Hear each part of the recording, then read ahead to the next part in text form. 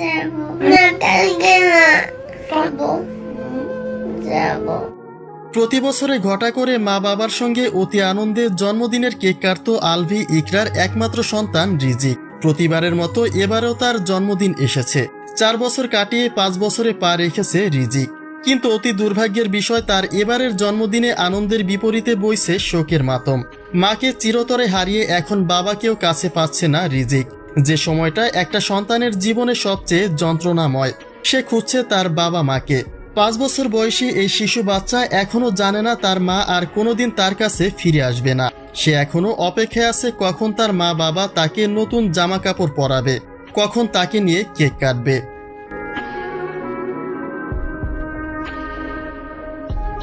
ভাগ্যের কি নির্মম পরিহাস, এই গেল মাসের 22 তারিখে স্ত্রী সন্তানকে সঙ্গে নিয়ে নিজের জন্মদিন পালন করেছিলেন জাহের আলভি। আনন্দে মুখরিত ছিল তার ঘর, অথচ যার 1 মাস না যেতেই আজ ছেলের জন্মদিনে দূরে বসে হাহাকার করছেন আলভি। তিনি আজ রাত 12টার পর থেকে ছেলের সঙ্গে কাটানো বিভিন্ন স্মৃতি তার ফেসবুকে শেয়ার করছেন, আর ছেলের কাছে না থাকতে পারার জন্য আহাজারি করছেন। বাবা ছেলের খুনসুটি যেন তার চোখে এখন শুধুমাত্রই স্মৃতি। তিনি লিখেছেন, এখন শুধুমাত্র ছেলের জন্যই বেঁচে থাকা। অন্যদিকে ওই একইভাবে ছেলেও রীতিমতো ভেঙে পড়েছে তার বাবা মায়ের জন্য।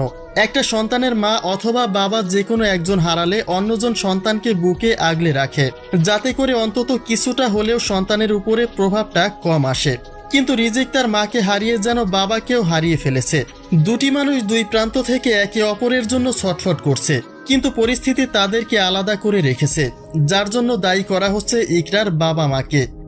আলভি জানিয়েছে, নিরপরাধ মানুষের কাঁধে মৃত্যুর দায় চাপিয়ে বাবার কাছ থেকে সন্তানকে আলাদা করা হয়েছে, কিন্তু এতে যদি সন্তানের কিছু হয় তবে নিশ্চয়ই তিনি কাউকেই ছেড়ে দেবেন না।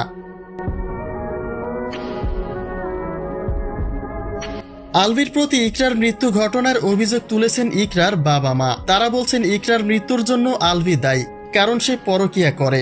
অন্যদিকে আলভি বলছে এই পুরো অভিযোগটাই মিথ্যে, বরং ইকরাই নেশাখোর মাতাল ছিল, সঙ্গে তার পরকীয়া প্রেমও ছিল। এখন কি ভেবে কি কারণে ইকরা আত্মহত্যা করেছে সেটাই বড় প্রশ্ন। কিন্তু কোনো তথ্য প্রমাণ ছাড়াই আলভিকে পরিকল্পিতভাবে ফাঁসানো হচ্ছে বলেই অভিযোগ তুলেছেন জাহের আলভি।